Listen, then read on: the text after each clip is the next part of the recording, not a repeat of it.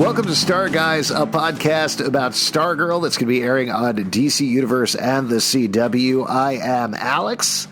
I'm Justin, one of the Starguys. I'm Pete. And you know what? We're not just the Star Guys. You're the Star Guys and the Star Gals and the Stars. However you identify yourselves, that's absolutely fine. Because the stars are in your eyes. That's mainly where they are. And we're going to be talking about the origins of Stargirl today on the podcast as we continue to gear up for the debut of the show mid-May. Now, there's a couple of different sources that Stargirl, the TV show, comes from. The main source, the main person is Geoff Johns. He is a writer. He is a creator. He is a driving force behind DC's TV stuff, it's movie stuff. He is a big voice in terms of the comic book publishing as well. He's one of our favorite writers on the live show that we do every week. We do a live show called Comic Book Club every Tuesday.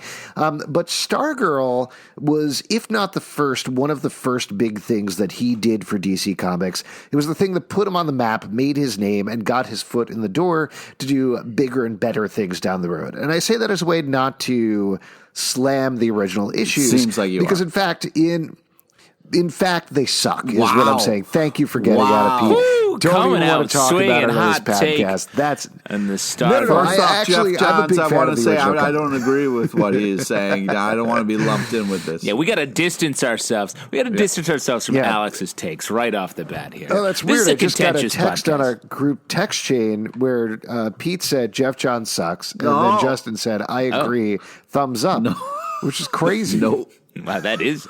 you must That have is another crazy. Pete Who in your texted phone. you that? Oh, yeah, it is. It's my cousin Pete. Sorry about that.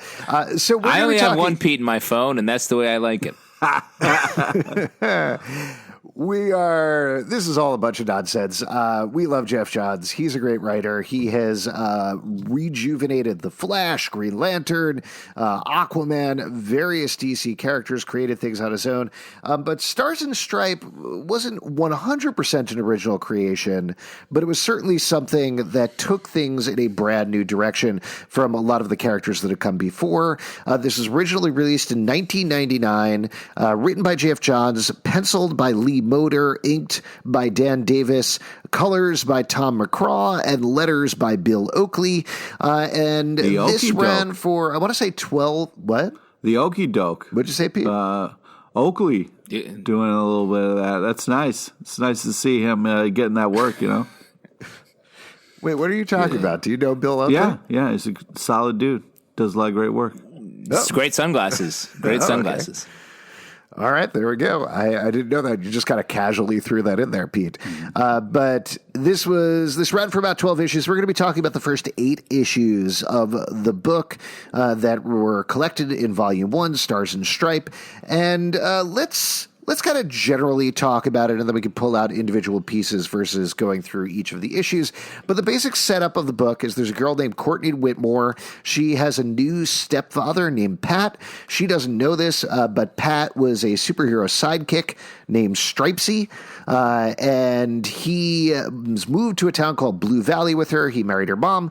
She doesn't like him very much, but she very quickly discovers that he has a box of old stuff, including a cosmic belt that was worn by not Starman, but what's the name of the superhero again? A Star-Spangled Kid. That's who it is. The Star-Spangled Kid, yep, which is what Courtney becomes. He also went by Skyman.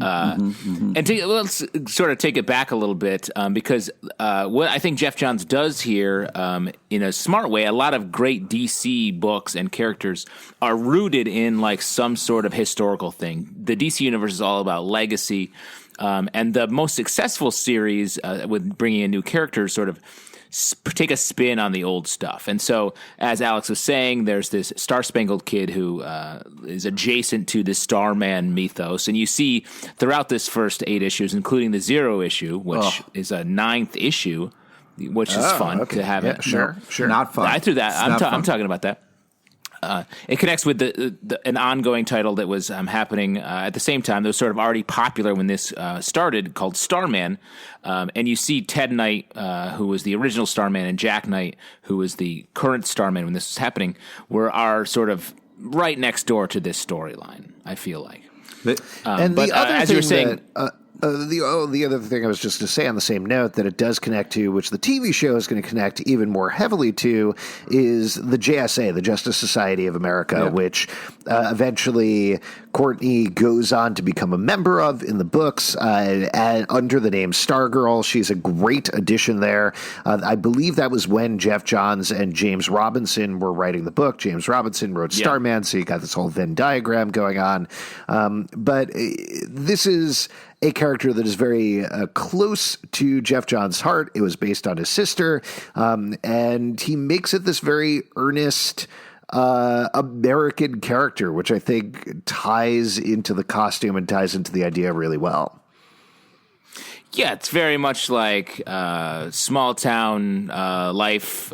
Moving the kid from out of town comes in, and she happens to become a superhero at the same time. But she's just a small town girl, living in a lonely world. Yeah, they do arrive on a train that it gets in around midnight. So but they weren't going anywhere. Right. Keep going. Pete, you want to take it from here? It all maps perfectly. So over the course of the first volume, she discovers this belt. She figures out how to use it. It turns out that Pat is continuing his career as a superhero sidekick, kind of accidentally as a sidekick, because he now has a big robot called S.T.R.I.P.E, S-T-R-I-P-E, all in caps. And he wanted to be the superhero, but Courtney steps in. She becomes the superhero. He's forced into the sidekick role once again. And of course, Blue Valley has plenty of supervillains to go around, weird ones that are infiltrating the school. There's like one every issue. I know, it's weird. What a coincidence. How regularly that happens. My favorite thing, which I don't know if this was explicitly, it was around the same time, but I don't know if it was explicitly inspired by, say, Buffy or anything like that, but it feels very Buffy the Vampire Slayer to me, where the adults are all the bad guys. There's something wrong with them. There's the principal is drinking oil. He's clearly some sort of robot. There's snake creatures below the school. And by the end of the 8th issue, they don't necessarily find out all about this, but they're starting to get into this mystery of what's happening. It feels, in still a comic book sense, very TV ready for me, and that was exciting to see, given that we know that it's going to end up on TV pretty soon. Well, I think that what's nice is they're finally talking about how weird principals are, Like we got to see this one drinking oil. What kind of person would be driven to do that? Is it the kids? Is it all those kids oil that makes them drink oil? You know what I mean? Well, oil's cheap, and maybe it's it's a great alternative to coffee to get you up. Don't talk to me till I've had my cup of oil. Oh in the morning, man, I tell you, yeah.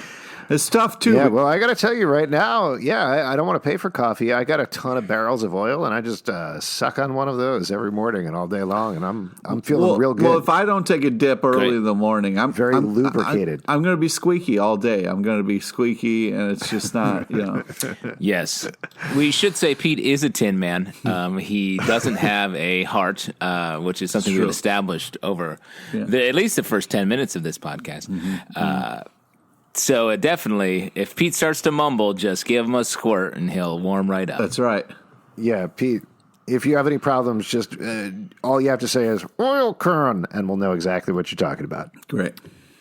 Getting back to the book real quick. No, I don't think so. Which book? No, you mean Wizard of Oz? That book? Let's get back to that book. Everyone knows that work based on the book itself, I believe.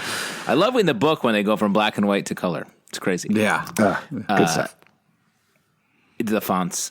But talking about the book, I think Geoff Johns does a great job of, like you're saying, whether or not he was inspired directly by Buffy, the same way that Buffy really captured like the teen drama of life when you're that age, this book does that really well.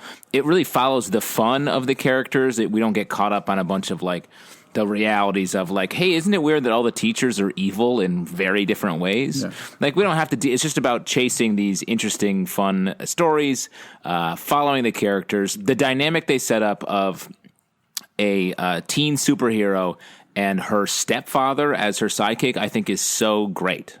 Like what a fun idea. Yeah.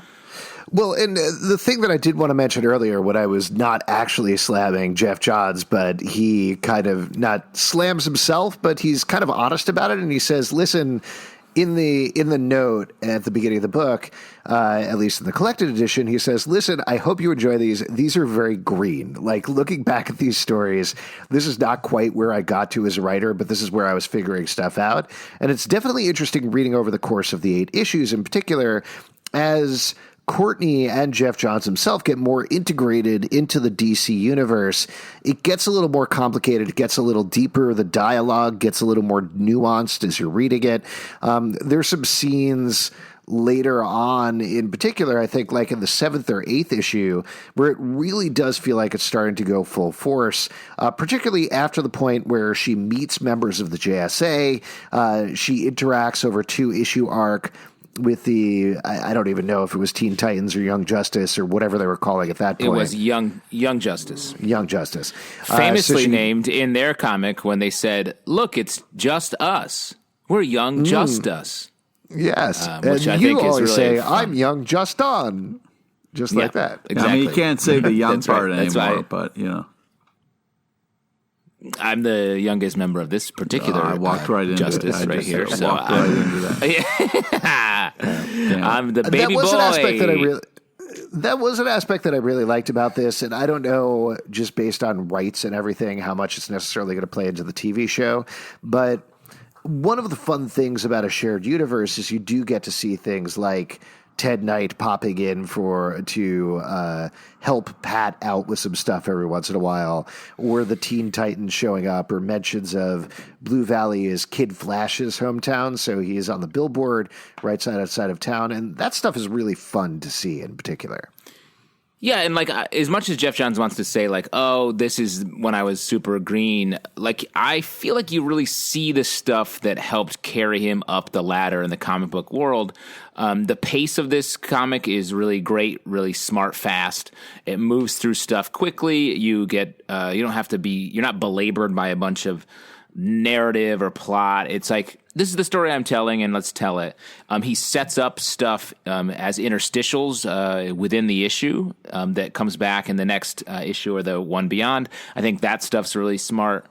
Each character has a very strong voice, and the dynamics, even if the dialogue isn't as sharp as maybe we want to see or he wants to talk about now, the character dynamics are really smartly set up. And I hope when the show, when we see the show, that is carried through, because that's the stuff that I think really carries a series, whether it's TV or comics. Oh, interesting. So you're saying that the pacing of a show really matters on like how well it does. Just like the pacing of speaking. Like if you're slow, like it's sort of harder to follow, you know? Mm-hmm. Like if you're really starting to feel rusty around the hinges and you need a little, you just have to say it. Well, it's just interesting that you say that, because it starts off with a 0 issue, which is, you know, that's an uphill battle. Like, why do that to yourself, you know? You're better than a 0. Well, let me throw this at you, Pete. It's even more confusing than that, because the 0 issue came out, I think, between 8 and 9. It was issue 1 through 8, and then 0, and then 9. You got to be kidding me. I don't know that for sure, but I think that's right. Yeah, because in the 0 issue, they're already established as a team. I might have my time totally wrong here. Was that at the same time as 0 Hour? Is that why they did that? No, because 0 Hour, Starman was created in 0 Hour, so this was much after that, and I guess they just did a 0 issue for fun. Oh, okay. Now, just for a good time. For people, like how often in our lives we'll go back to reflect on when we were a fetus, or when we were like, I'm going to go back to 0 for a day and just really get myself. If people are thinking about getting into comics or whatever you do, don't do a 0 issue. Let's just get rid of them, and we can move on with our lives. At least according to Wikipedia.com, the 0 issue was published first, and then the title ran for 15 issues. But maybe that's true. It just feels weird to me because the 0 issue, they're a team. And I think there's a subscript in the 0 issue where it says this takes place between Stars and Stripe 8 and 9. Huh. All right, there we go. Time is weird. I think that's the main thing that we learned. I wanted to get Time's back a flat circle, like a zero. Oh, yeah. Speaking of things that move slowly, True Detective. So getting back to your point about the cast and everything, I really like the rest of the cast as well. Like we've mentioned Pat and we mentioned Courtney, but you got the mom on the side who doesn't know what's going on. You have Courtney's best friend who almost immediately figures absolutely everything out because Courtney is very bad at being a superhero and hiding her identity to start off with. And there's a fun bit that they play with her in particular where she's just like, oh, you're going to go do that because you're a superhero, right? And Pat's like, I don't know what you're talking about. And she's like, no, I get it. I know. I understand what's going on. And that's fun. You also have the mean girl in school who turns out to be the daughter, I guess, of the main bad guy. It's not 100% revealed exactly what's going on by the end of the 8th issue, at least. And she turns into a supervillain named Shiv, which you mentioned several times. Shiv. She does establish her name very aggressively. Yes. I will say that was the one thing that was funny to me reading this, like, in a collected form. And this certainly was written and distributed pre-people writing for the trades. Like, not that it didn't happen, but it was much more for the monthlies, I would say, in 99. So you get, like, at the end of, I want to say, issue 5, she comes out and she's like, and my name is Shiv. And she has her full costume and her, whatever it's called, the spiky ball on the back of her braid and everything. Yeah. And then 2 issues later, she's like, finally, it's time for everybody to meet Shiv. And then introduces herself again. And I think that was just like, nobody probably read 2 issues back. Let's just introduce it again. That's why I just think I introduce myself a lot over the course of the day. You do. So I get that. I'm sure my name's not as cool as Shiv, but it could be. I think next podcast, that's what I'm going to do. I'm going to say, hey, everybody, welcome to Starguys, a podcast about Stargirl. I'm Shiv. Well, you want to think about it like... I'm also Shiv? Peter, are you also Shiv? No. Well, you want to think about it, though, like Shiv was such a popular character that in prisons, Shiv became very famous, and they named a lot of their tools that they would use for communicating with each other after that character. So that's great. They used to call those things spiky toothbrushes, and now after this comic, they went with Shiv. Yeah. I've solved the mystery of the Zero issue. It did come out first. It did come out first, but it was meant to take place between 8 and 9. At the end of the first volume, but they just basically front-loaded the story with a Starman rooted story, and then went back, told the origin, and then built back toward this Zero issue. Oh, interesting. Sort of a weird production. Yeah, that seems like a lot of hoops to jump through. It's also interesting, and maybe it's not that interesting, but I thought it was interesting just from a publishing standpoint that the first volume is 8 issues long, when nowadays it would be 6 issues, and that's it. Like, that's what the arc is aimed for, versus here they were clearly going for something longer, and particularly to put that sort of investment not just in a new title, but also an all-ages title, is pretty neat. It certainly showed a lot of faith, maybe in the concept, maybe in Geoff Johns and Lee Moder. I don't know, whatever it is. But whatever it is, it clearly paid off because there's a character that people dearly care about and clearly is getting a big stage coming up very soon. Well, I think there aren't a ton of characters, especially in the DC universe, that have a vitality. Like, so many of the DC characters feel a little wooden and sort of like almost statuesque. They're treated more as gods, and they feel very distant. And Stargirl, or the Star Spangled Kid, in this series of issues, feels like very real and very like vibrant. Someone who's just like, this is who I am. I'm going to go fight some crime. And I think that's very attractive. I think that draws readers in and explains why it's moving to TV. And also the principal having to drink oil was Geoff Johns poking fun at Motor's last name. So that's a fun fact. Oh, I see. The Motor. Yes, there we go. Yeah, you think that's what a dig. Yeah. Real rude, particularly for his first job. Very rude.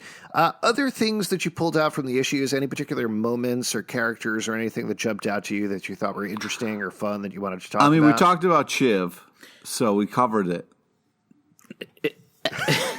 Yeah, it's true. Yes, there's some stuff I thought was fun. I love how S.T.R.I.P.E, who Pat, the stepdad, is in a giant sort of clunky robot suit. I like how the robot suit is sort of like it messes up a lot. I think that's fun.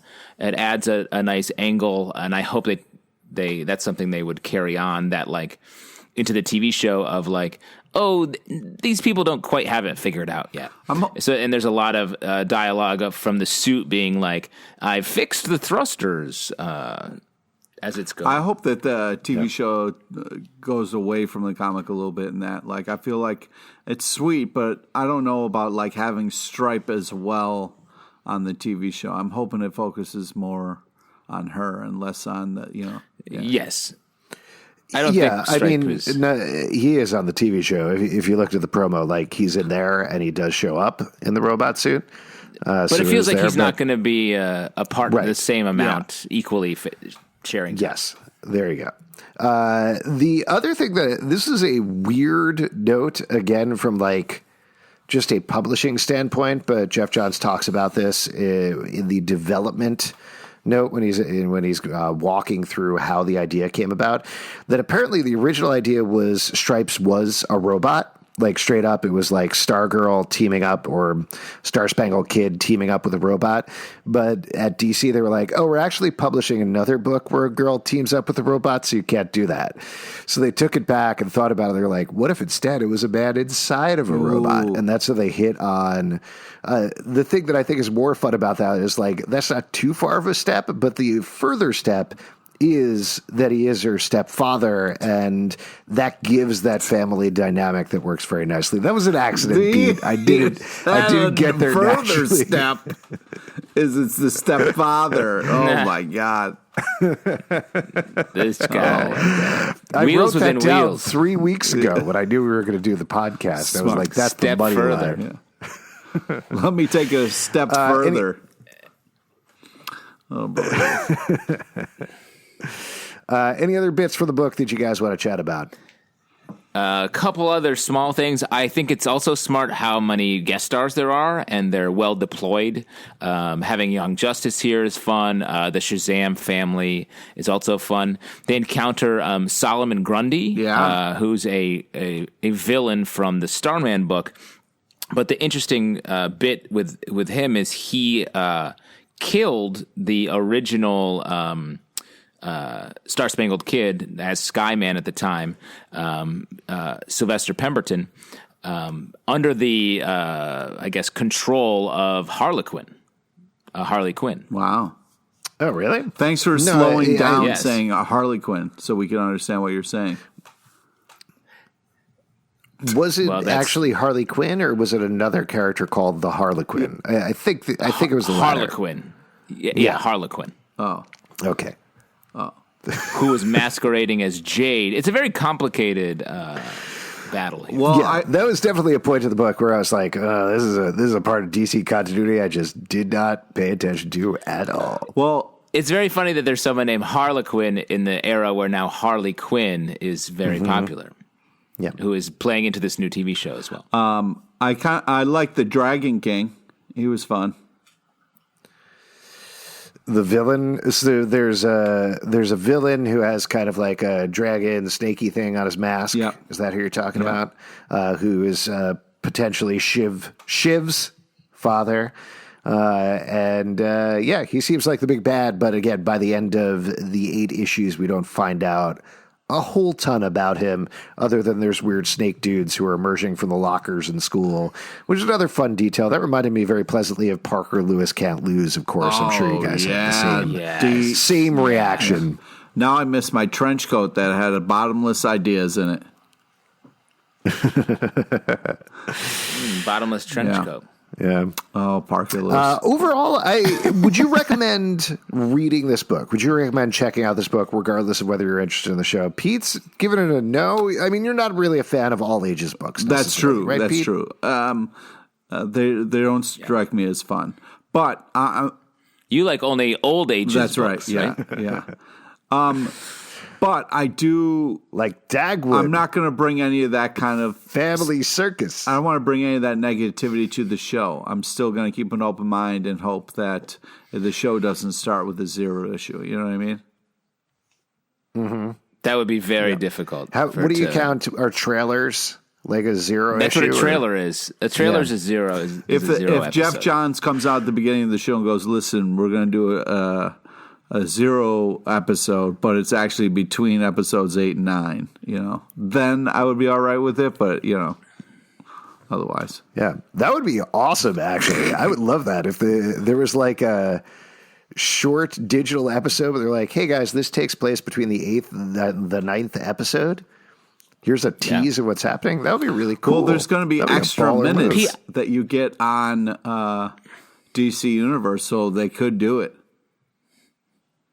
It's true. Pete, I think you just hate numbers. I think 0 is a confusing number, right? Because it doesn't. It's null. It's scary because it's like a black hole when it comes numerically. Scary villain. Yeah. Maybe instead of thinking of it as a black hole, think of a 0 as a mouth that's open and it's saying hello. But that's what I do for SpaghettiOs, so I couldn't do that for this as well. I mean, that's two things. That's true. Here's SpaghettiOs are like the 0 issue of soup. Of pasta. Here's a news flash to you. An O is basically a 0. Oh, don't do that to me, man. It's not true. Oh, man. Yeah. What about you, Justin? Would you recommend people pick this up before they check out the show? I don't think this particular run of issues is essential, especially not understanding the show, because Courtney's not Stargirl at all in this. She's adjacent to that and is on the path to becoming Stargirl, but she doesn't have the cosmic rod. She just has this belt, which gives her some super strength.